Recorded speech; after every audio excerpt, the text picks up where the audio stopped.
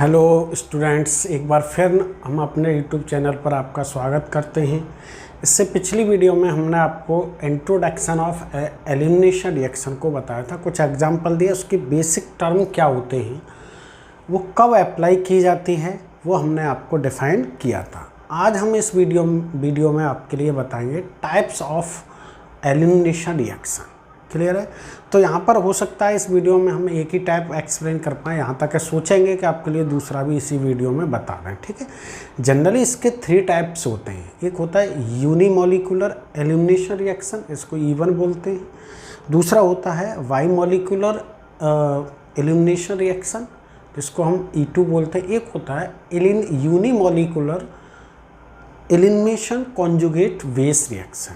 ठीक है, इसको बोलते हैं हम E1CV। क्या बोलते हैं? E1CV। ठीक है, तो 3 टाइप की जनरली इसमें रिएक्शन आपके लिए होती है। तो जो हमने यहाँ पर सब्स्टिट्यूशन रिएक्शन पढ़ी, जो आप न्यूक्लियोफिलिक सब्स्टिट्यूशन आपने रिएक्शन पढ़ी, ठीक है, इसमें SN1 और SN2 पढ़ा, उसमें डिफरेंट लगभग सिमिलर E1 और E2 में भी होता है। ठीक है, ECV थोड़ा अलग है। ठीक है, तो यहाँ पर आपको ये समझना, ज़्यादा प्रॉब्लम क्रिएट होगी नहीं आपके लिए, क्योंकि जब आपने अगर SN1 और SN2 की वीडियो अच्छे तरीके से आपने देखा होगा, ठीक है, उसको समझा होगा, तो उसमें और इसमें थोड़ा सा ही डिफरेंस है, अधिक डिफरेंस नहीं है। ठीक, तो उसको हम बताएंगे, तो उसको आप अच्छे तरीके से यहाँ पर समझें, ठीक, ध्यान से, और नोट करते जाएं आप साथ के साथ जो भी हम आपके लिए बताएं। क्लियर है बात? तो चलो स्टार्ट करते हैं। अब आपके लिए यहाँ डाल सकते हैं आप केमिकल प्रॉपर्टी में, ये एलिमिनेशन की दूसरी वीडियो है, तो chemical properties of alkyl halide.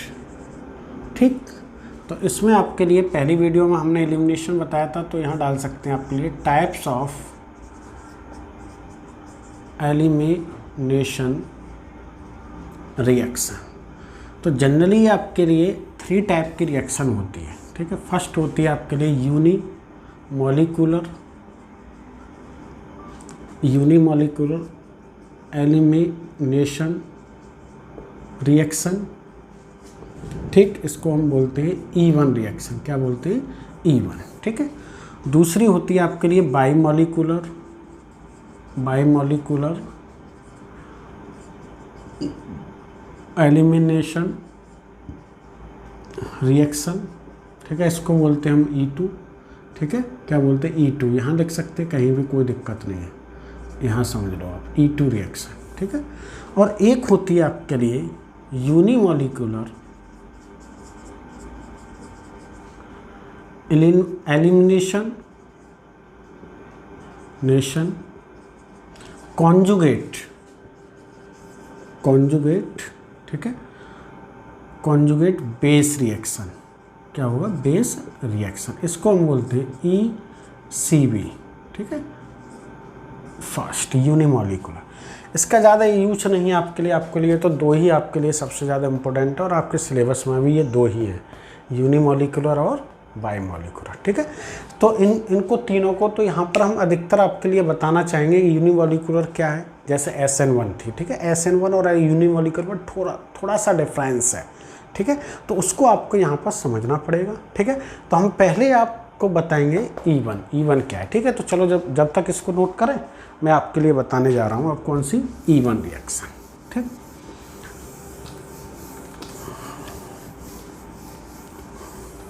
Clear है आपके लिए यहाँ पर? ठीक, अब हम बात करेंगे आपके लिए किसके लिए? यूनिमोलिकुलर। फर्स्ट डाल सकते हैं आप कौन सी है, कि यहाँ पर unimolecular elimination reaction. Unimolecular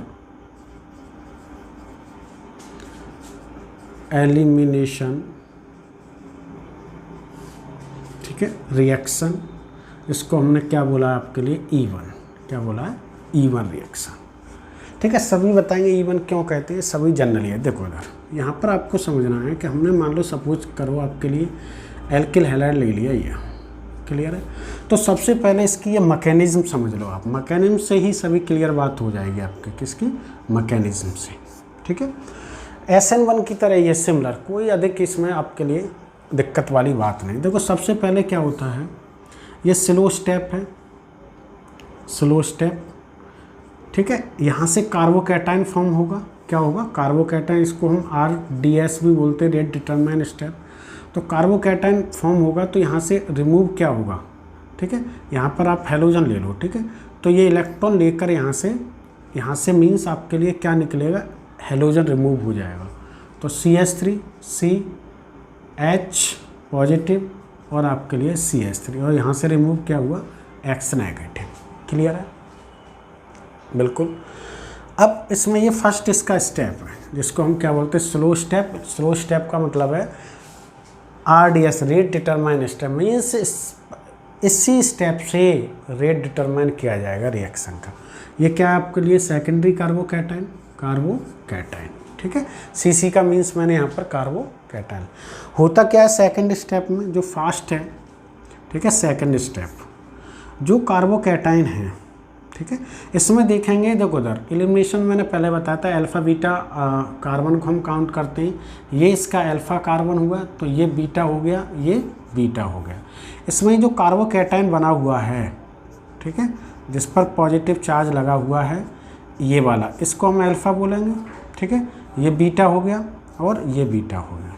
clear है, होगा क्या, बीटा कार्बन से, ठीक है, थोड़ा इसको मैं इस तरीके से लिखूँ, H और H, बीटा चाहे इससे समझ लो चाहे इससे समझ लो, ये बीटा ही आपके, इससे हाइड्रोजन, ठीक है, क्या होगा, हाइड्रोजन इसको इलेक्ट्रॉन देकर H positive in the presence of weak base, और थोड़ा सा इससे क्या करना है हमें, heat, in the presence of weak base. बताऊंगा इसमें वीक बेस का यूज क्यों होता है, ठीक है। वीक बेस, यहाँ से H पॉजिटिव निकल जाएगा, बनेगा क्या, यहाँ डबल बॉन्ड आएगा CH3, ठीक, और CH डबल बॉन्ड CH2, हमें क्या मिला, एल्कीन मिला। भाई एलिमिनेशन रिएक्शन कोई भी हो उसमें मिलना तो हमें एल्कीन ही है, ऐसा तो है नहीं है कुछ और मिले, कुछ भी नहीं है, सब प्रोसेस वही है। लेकिन समझना क्या है, जैसे ये S में SN1 था, सिमिलर उसी की तरह इसकी मैकेनिज्म है, ठीक है। अब होता क्या है, देखो इससे हमें क्या कंक्लूजन निकलेगा, इस बात को यहाँ पर समझना है पॉइंट टू पॉइंट। क्लियर है, जैसे हमने SN1 में आपको समझा। तो ऑब्जर्वेशन कह सकते हैं, क्या है ऑब्जर्वेशन, कि यहाँ पर ऑब्जर्वेशन क्या किया हमने। क्लियर है, सबसे फर्स्ट पॉइंट क्या है, देखो इसमें क्या होता है कि इसकी रेट की बात करें अगर हम, किसकी रेट, कि इसको यूनिमॉलिकुलर क्यों कहते हैं, ठीक है।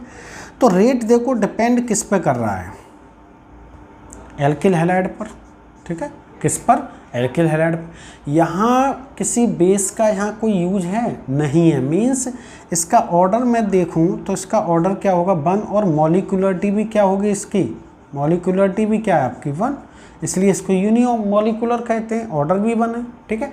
क्योंकि ऑर्डर और मॉलिकुलरिटी बराबर होते हैं जब रेट डिटरमाइन स्टेप में, ये दोनों जब भी फाइंड किए जाते हैं, ठीक है।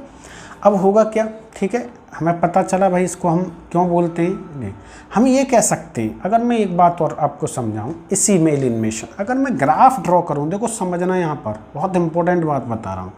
अगर मैं यहाँ पर ग्राफ ड्रॉ करूँ, मैं कह रहा हूँ यहाँ पर मैंने ले लिया एल्किल हैलाइड, ठीक है, एल्किल हैलाइड की कॉन्सेंट्रेशन, ठीक, और मैं ले रहा हूँ यहाँ पर रेट, ठीक है। ये काइनेटिक एनर्जी से मतलब केमिकल काइनेटिक्स के समझना है।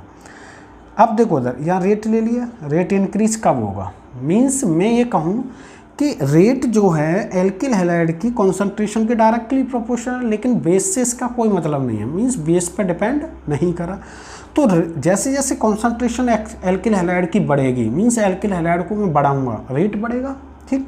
तो इसके ग्राफ कुछ इस तरीके से जाएगा, स्ट्रेट लाइन क्यों जा रहा है, क्योंकि देखो उधर ये इस इक्वेशन को फॉलो कर रहा है, बाई बराबर mx प्लस सी, m की जगह क्या है रेट, ठीक, m यहाँ पर क्या है k, मीन्स m को हम बोलते हैं स्लोप, क्या बोलते हैं स्लोप बराबर क्या होता है tan थीटा क्या है यहाँ पर k पॉजिटिव स्लोप है, और ये x की क्या है आपके लिए, ये है आपके लिए एल्किल हैलाइड, c यहाँ पर इंटरसेप्ट है, इसलिए इसको ओरिजिन से हमने स्टार्ट किया है। देखो बहुत इंपॉर्टेंट बात बता रहा हूँ, ये आपके लिए ग्राफ, ठीक है। अगर मैं यहीं रेट को अगर मैं कंपैरिजन करूं कि यहाँ बेस ले लूँ आपके लिए, क्या बेस, और यहाँ ले लिया रेट, ठीक है, तो क्या आपके लिए जो इवन रिएक्शन है क्या बेस पे डिपेंड करती है?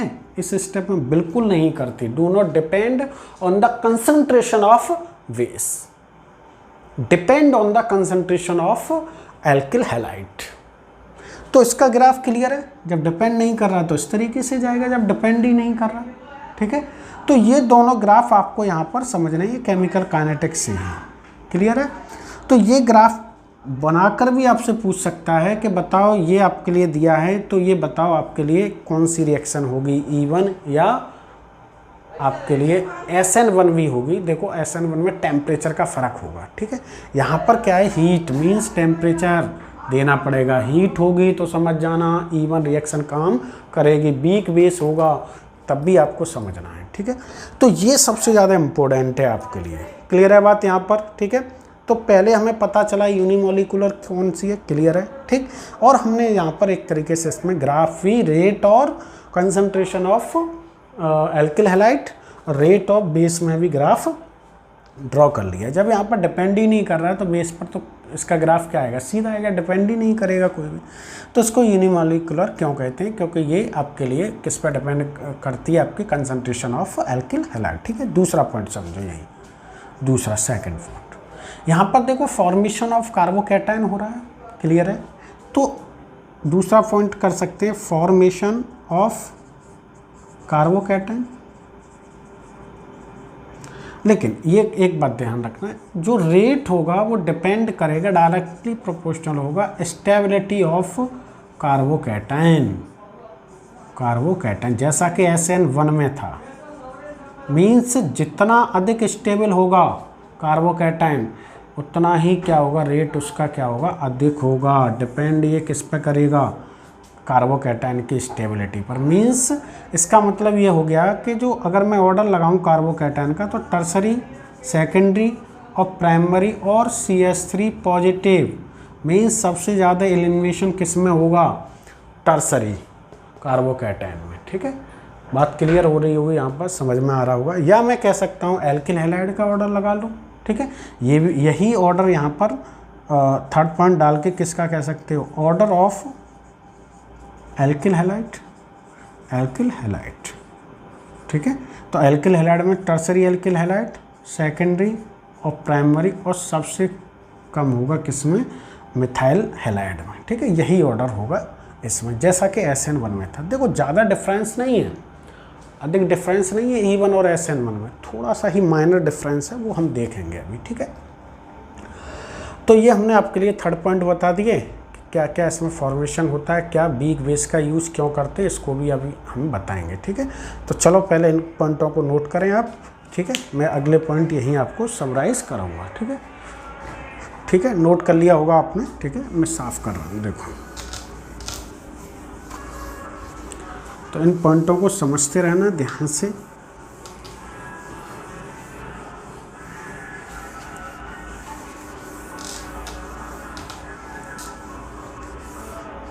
ठीक, अगला पॉइंट देखो, नेक्स्ट पॉइंट आप इसको फोर्थ मान सकते हैं। देखो रिएक्शन कितने स्टेप में हो रही है, 2 स्टेप मैकेनिज्म है ये। क्या है, 2 स्टेप मैकेनिज्म, आपके सामने लिखा हुआ है, देखो 2 स्टेप में हो रही है। 5 पॉइंट देख सकते हैं। इसमें जो यूज होता है, देखो इधर वीक बेस का यूज होता है। अगर बेस की बात करें इसमें कि बेस कैसा लेते हैं हम, वीक बेस। क्या लेते हैं, वीक बेस, ठीक है। ऐसा क्यों होता है, देखो वीक बेस हम इसलिए लेते हैं क्योंकि इसमें कार्बोकैटायन पहले फॉर्म होता है। अगर मैं मान लो सपोज करो कि स्ट्रॉन्ग बेस ले लूँ, यहाँ पर होगा क्या, स्ट्रॉन्ग बेस क्या करेगा, तुरंत ही H पॉजिटिव को अपनी तरफ लेगा, बिना टाइम, मीन्स टाइम एक तरीके से बहुत कम समय में H पॉजिटिव लेगा, तुरंत ही हेलोजन निकलेगा। लेकिन वीक बेस क्या चाहता है, पहले क्या है आपके लिए, पहले कार्बोकैटायन फॉर्म हो, फिर उसके बाद वो क्या करे, H पॉजिटिव को ले, ठीक है। तो ये यहाँ पर ध्यान रखना कि वीक बेस हम इसलिए यूज करते हैं क्योंकि यहाँ पर फॉर्मेशन ऑफ कार्बोकैटायन होता है। जब कार्बोकैटायन का फॉर्मेशन होता है, ठीक है, तो वो बाद में आकर सेकंड स्टेप में क्या करेगा, आपके लिए H पॉजिटिव लेके निकल जाएगा और एल्किन फॉर्मेशन हो जाएगा। स्ट्रॉन्ग बेस का यूज यहाँ पर नहीं करते क्योंकि कार्बोकैटायन का फॉर्मेशन होना जरूरी है इस रिएक्शन में। अगर स्ट्रॉन्ग का कर लिया तो कार्बोकैटायन नहीं बनेगा, एक ही स्टेप में रिएक्शन फास्ट हो जाएगी, जो कि E2 बताऊंगा मैं, तब आपके लिए क्लियर होगी। ठीक है, वीक बेस की बात समझ में आ गई होगी। देखो 6 पॉइंट क्या है आपके लिए, अब इसकी अगर मैं कहूँ आपके लिए स्टीरियो केमिस्ट्री क्या होगी, मीन्स स्टीरियो केमिस्ट्री। इसकी कोई भी स्टीरियो केमिस्ट्री नहीं होता, नो स्टीरियो केमिस्ट्री। ठीक है, मीन्स आप जैसे आपने देखा कि SN1 रिएक्शन थी, उसमें क्या होता था, ऐसे SN1 रेसिमाइजेशन होता था। क्या, रेसिमाइजेशन। ठीक है, इन्वर्जन, रेसिमाइजेशन का मतलब क्या था आपके लिए, इन्वर्जन और आपके लिए रिटेंशन। क्या, रिटेंशन आपके लिए दोनों बनते थे। ठीक है, लेकिन इन्वर्जन अधिक हो, लेकिन इसमें ऐसा कुछ भी नहीं होता। यहाँ एलिमिनेशन में कोई भी स्टीरियोकेमिस्ट्री का E1 में काम नहीं है। किसमें नहीं है, E1 में कोई भी काम नहीं है। तो स्टीरियोकेमिस्ट्री की आप टेंशन ना लें। ठीक है, अब देखो 6 पॉइंट हो गया। 7 पॉइंट आप समझ सकते हैं यहाँ पर कि अगर मैं बात करूँ सॉल्वेंट की, किसकी, सॉल्वेंट। क्लियर है बात करने, तो सॉल्वेंट यहाँ पर जो यूज किया जाता था SN1 में, वही सॉल्वेंट यहाँ पर यूज किया जाएगा। क्लियर है, तो उसमें जो सॉल्वेंट यूज करते थे हम, कौन सा करते थे, पोलर प्रोटिक सॉल्वेंट। कौन सा, पोलर प्रोटिक सॉल्वेंट। तो इसमें भी आपके लिए E1 में भी आपके लिए सेम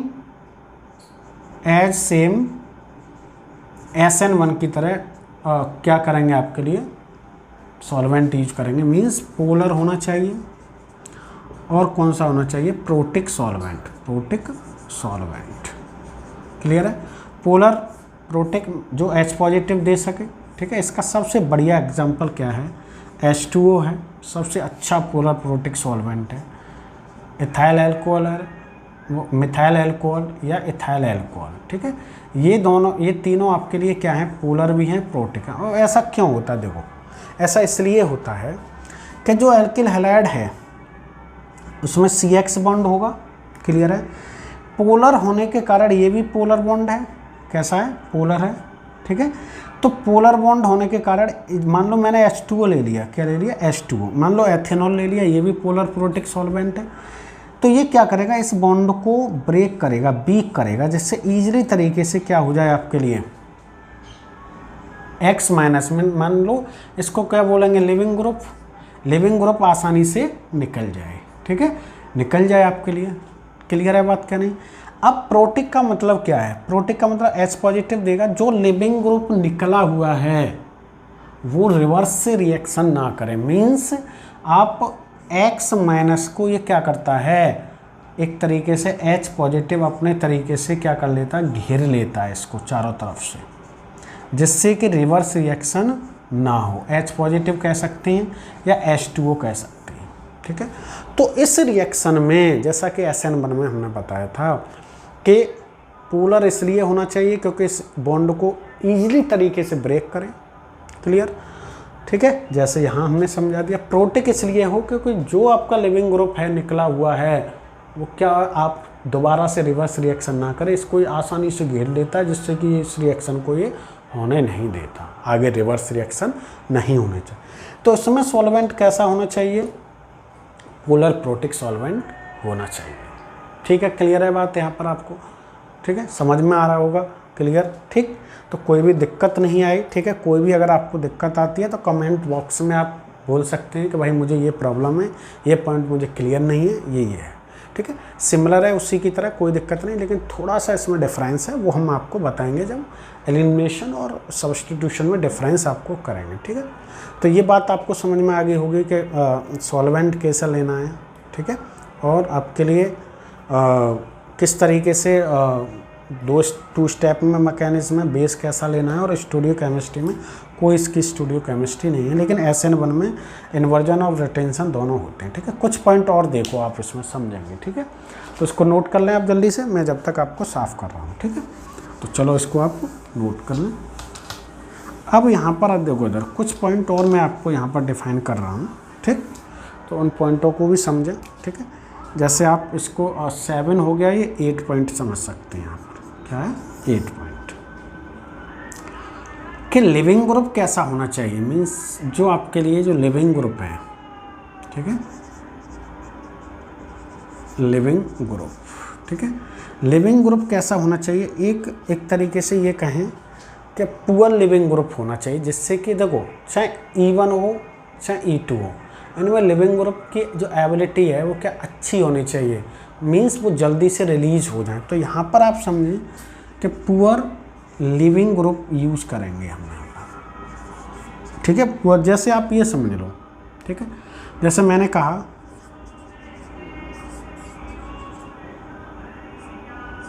CI, ठीक है, और आपने ले लिया CS3 CBr और यहाँ H लगा लिया, और CS3 CCl और यहाँ पर H लगा लिया, ठीक है। आपसे क्या बताओ इसमें एलिमिनेशन किस में फास्ट होगा, ठीक है। तो आपको पता है सबसे अच्छा लिविंग ग्रुप कौन सा, I नेगेटिव, ठीक है, इसमें होगा, फिर इसमें, मींस I नेगेटिव अच्छा लिविंग ग्रुप है, फिर Br नेगेटिव, ये साइज के बेस पर है, ठीक है, और आपके लिए फिर कौन सा होगा, Cl नेगेटिव, ठीक है। और F को लेना चाहें तो F माइनस तो एक बहुत ही पुअर मीन्स अच्छा लिविंग ग्रुप नहीं है, ठीक है, स्ट्रॉन्ग है। ये आप यहाँ पर समझ सकते हैं लिविंग ग्रुप की बात, क्लियर है, ठीक है। तो ये बात यहाँ पर आपको समझनी पड़ेगी कि कौन सा एक पुअर लिविंग ग्रुप हो, वो E1 और E2। इसी तरीके से देखो SN1 और SN2 है, वहाँ भी यही यूज होता है। तो मैंने आपके लिए लिविंग ग्रुप की एबिलिटी के बेस पर आपको एक वीडियो बना दी है न्यूक्लियोफिलिक की, वो आप वहाँ पर जाकर देख सकते हैं, क्लियर है। तो यहाँ पर आपके लिए 8 पॉइंट मैंने जनरली आपको बता दिए हैं कि E1 रिएक्शन में क्या क्या होना चाहिए। कार्बोकैटायन फॉर्म होना चाहिए, क्लियर है, और बीक क्या होना चाहिए, बेस होना चाहिए, हीट की तो आवश्यकता होनी चाहिए, क्लियर है आपके लिए, ठीक है। और इसकी जो स्टेबिलिटी जो रेट डिपेंड करता है वो किस पर करता है आपके लिए, स्टेबिलिटी ऑफ कार्बोकैटायन। जितना अधिक होगा स्टेबल उतना ही E1 रिएक्शन फास्ट होगा, क्लियर, ठीक है। तो ये आपने सभी नोट कर लिया होगा, ठीक है। अब मैं आपको समझ में भी आ गया होगा, मैं उम्मीद करता हूँ। अब मैं थोड़ा सा आपको इसमें एग्जांपल समझा रहा हूँ, तो एग्जांपल यहाँ पर समझाएंगे, ठीक। तो इसको जब तक आप थोड़ा सा ये पॉइंट मैंने बताया इनको आप जल्दी से नोट करें। नेक्स्ट आप देखो, इसमें कुछ मैं आपको एग्जांपल बताने जा रहा था, तो एग्जांपल भी आप इसमें समझ लो, ठीक है। जैसे जनरली हमने लिया CS3 और आपका CS2 और यहाँ लगा लिया Cl और यहाँ ले लिया आपने CS3, ठीक है। तो इसकी रिएक्शन हम करा रहे हैं, ठीक है, दो तरीके से हम बताएंगे। एक ले रहे हैं हम यहाँ पर CH3OH और हीट करा रहे हैं। तो सबसे पहले क्या होगा, कार्बोकैटायन फॉर्म होगा,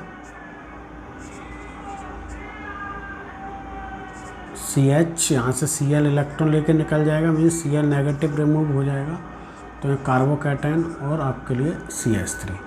तुरंत ही क्या होगा, देखो दो पॉसिबिलिटी है, यहाँ भी समझना है आपको। अगर सपोज करो यहाँ पर हीट लिखा हुआ है और यहाँ लिखा है CH3OH, ठीक है, या C2H5OH है, क्लियर है, ठीक है।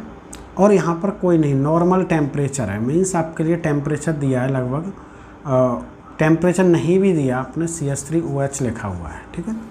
तो यहाँ ये समझना है कि जब यहाँ टेम्परेचर नहीं दिया और यहाँ पर हीट का साइन है या कुछ भी टेम्परेचर आपको मीन्स 60 डिग्री टू 144 डिग्री दे रखा है, ठीक है, कुछ भी मीन्स 20 डिग्री सेल्सियस से अधिक दे रखा है टेम्परेचर, तो समझ जाओ इस केस में होगा एलिमिनेशन और यहाँ होगा आपके लिए SN1 रिएक्शन। ध्यान देना इस बात को, क्योंकि SN1 रिएक्शन जो होती है वो एक्जोथर्मिक रिएक्शन होती है, वो लो टेम्परेचर पर होती है, और जो एंडोथर्मिक होती हैं जितनी भी आपके लिए वो हाई टेम्परेचर पर होती हैं, जबकि एलिमिनेशन रिएक्शन आपको पता है एंडोथर्मिक रिएक्शन है, ठीक है। तो ये चीज़ यहाँ पर समझनी है। अब होगा क्या, इसमें अगर मैं देखूँ तो अल्फ़ा कार्बन ये हो गया, बीटा ये हो गया और बीटा ये हो गया, क्लियर है। इसमें हमें 2 प्रोडक्ट की पॉसिबिलिटी है यहाँ पर। कौन सी? CH3। एक बार मैं यहाँ से हाइड्रोजन को रिप्लेस, मीन्स हाइड्रोजन क्या है, आप यहाँ पर H दिखा दूँ और यहाँ पर H, ठीक है। ये क्या करेगा, इलेक्ट्रॉन इसको देगा, ठीक है। यहाँ डबल बॉन्ड आ जाएगा तो CH डबल बॉन्ड CH और आपके लिए CH3। एक तो ये प्रोडक्ट बन जाएगा, क्लियर है। दूसरा प्रोडक्ट क्या है, ये बीटा है तो इसको आप H और S, यहाँ इलेक्ट्रॉन देगा। एक प्रोडक्ट आपके लिए पॉसिबिलिटी क्या होगी यहाँ पर, क्या CH3 CH2 और CH डबल बॉन्ड CH2। एक प्रोडक्ट आपका ये हो गया, क्लियर। लेकिन अगर कम टेम्परेचर है, ठीक है, या कोई टेम्परेचर नहीं दिया है, तो बेटा क्या करना है आपको, ए सब्स्टिट्यूशन रिएक्शन करेगा। मीन्स यहाँ पर बेस क्या होगा, CH3O नेगेटिव। ये जो नेगेटिव है कहाँ अटैक करेगा आपके लिए, पॉजिटिव पर। तो क्या बनेगा, CH3 CH2 CO CH3 H और CH3। ये SN1 प्रोडक्ट हो गया। क्या हो गया, SN1 प्रोडक्ट, ठीक है। ये क्या होगा, SN1 प्रोडक्ट। लेकिन इसमें देखो इधर ये E1 प्रोडक्ट हो गया, ठीक है। दोनों ही आपके E1 हैं। लेकिन कौन सा मेजर होगा कौन सा माइनर होगा, इस चीज़ को भी आप समझें। देखो इसमें देखें आप, अल्फ़ा हाइड्रोजन कितने हैं, देखो 3 और 3 6 अल्फ़ा हैं हाइड्रोजन। इसमें केवल 2 अल्फ़ा हैं हाइड्रोजन। मीन्स मेजर ये होगा, क्लियर है बात। और ये कैसा होगा, माइनर, ठीक है। अब इसमें भी देखो माइनर को हमने बताया था आपके लिए हॉफमैन प्रोडक्ट कहते हैं, हॉफमैन प्रोडक्ट। और मेजर को क्या कहते हैं, सेट-जैफ प्रोडक्ट। क्या कहते हैं, सेट-जैफ प्रोडक्ट। क्लियर है बात क्या नहीं। अब इसमें भी ये देखो पॉसिबिलिटी क्या, इसमें सिस और ट्रांस की पॉसिबिलिटी है, इसमें है इसमें भी भाई। यहाँ पर एक हाइड्रोजन है और यहाँ पर भी एक हाइड्रोजन है, तो सिस और ट्रांस, यहाँ भी देखो सेम ग्रुप है, यहाँ भी पॉसिबिलिटी है। तो ये समझना है यहाँ पर कि सिस और ट्रांस में ट्रांस मेजर होगा, ठीक है, पूछे आपसे, और सिस क्या होगा, माइनर। ये सभी रूल वही हैं, ठीक है। लेकिन ये बात यहाँ पर आपको समझनी है, ठीक है। अब मैं आपके लिए एक बता रहा हूँ, देखो फर्स्ट एग्जाम्पल। दूसरा आप ये समझ सकते हैं कि SN1 रिएक्शन में रीअरेंजमेंट, जब कार्बोकैटायन फॉर्म होता है, ध्यान रखना, जब कार्बोकैटायन फॉर्म होता है तो रीअरेंजमेंट पॉसिबल होता है, ठीक। लेकिन कार्बो एनायन और रेडिकल में रीअरेंजमेंट नहीं होता। कार्बोकैटायन अगर कोई भी रिएक्शन बना रही है तो वो रीअरेंजमेंट पॉसिबल करेगी। तो एक हम रीअरेंजमेंट का एग्जाम्पल सपोज करो ले लें, ठीक है। तो आप इस तरीके से समझ सकते हैं, यहाँ H और यहाँ पर CH2 Cl। क्लियर है बात, कोई दिक्कत नहीं, ठीक।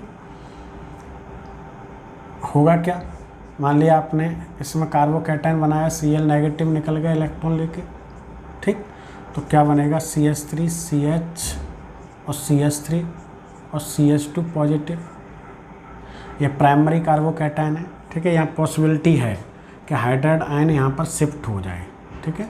हाइड्राइड आयन शिफ्ट करोगे आप H को यहाँ पर, ठीक है, H यहाँ बना लो आप, ठीक है। यहाँ से H नेगेटिव इलेक्ट्रॉन लेकर कहाँ अटैक कर जाएगा, यहाँ, ठीक है। तो इसको बोलते हैं 1,2 हाइड्राइड आयन शिफ्ट। क्या बोलते हैं, 1,2। तो बनेगा क्या, CH3 CH3, यहाँ पॉजिटिव आ जाएगा और आपके लिए क्या होगा, CH3। बिल्कुल क्लियर है, ठीक।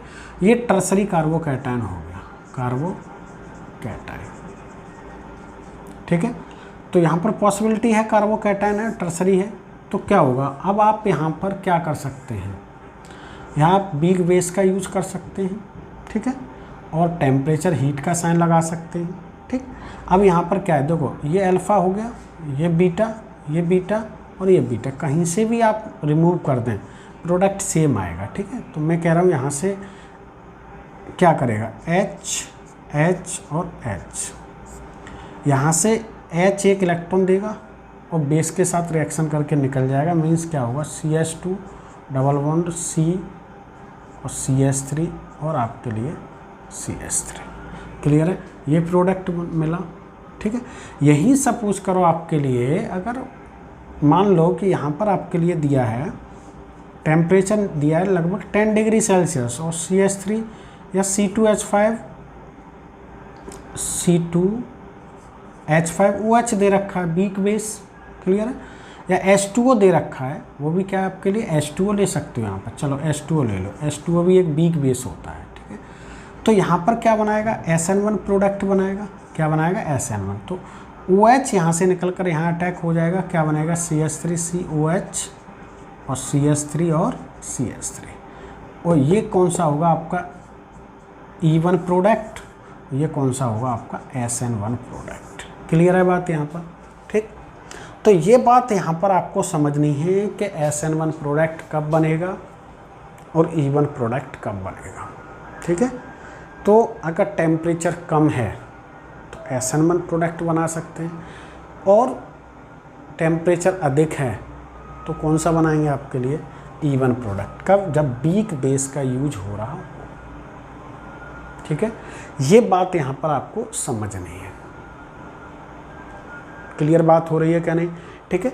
तो एग्जाम्पल तो इसके और बहुत सारे हो सकते हैं, ठीक है, तो लेकिन आपको कॉन्सेप्ट क्लियर होना चाहिए क्या है, ठीक है, कॉन्सेप्ट क्या है इसमें वो आपको क्लियर होना चाहिए। लगभग SN1 SN2 की तरह ही है, बट डिफरेंस थोड़ा सा है, ठीक।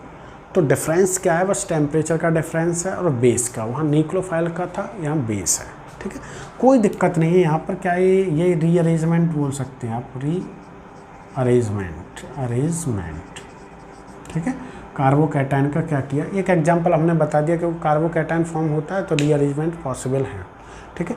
तो ये एग्जांपल हमने आपको यहाँ पर समझा दिए हैं, अच्छे तरीके से इन पॉइंटों को स्टडी करें, समझें, क्लियर है। तो E1 यहाँ पर आपके लिए क्लियर हो चुकी होगी, ठीक है। एग्जाम्पल जितना आप करेंगे, ठीक है, उतना ही आपके लिए स्ट्रांग E1 भी होगा और एलिमिनेशन रिएक्शन भी आपके लिए होगा, क्लियर है क्या नहीं बात, ठीक है। तो पढ़ें अच्छे तरीके से, ठीक है। कोई भी दिक्कत अगर आप आती है तो आप कमेंट बॉक्स में हमें बता सकते हैं। जब तक के लिए thank you so much, best of luck.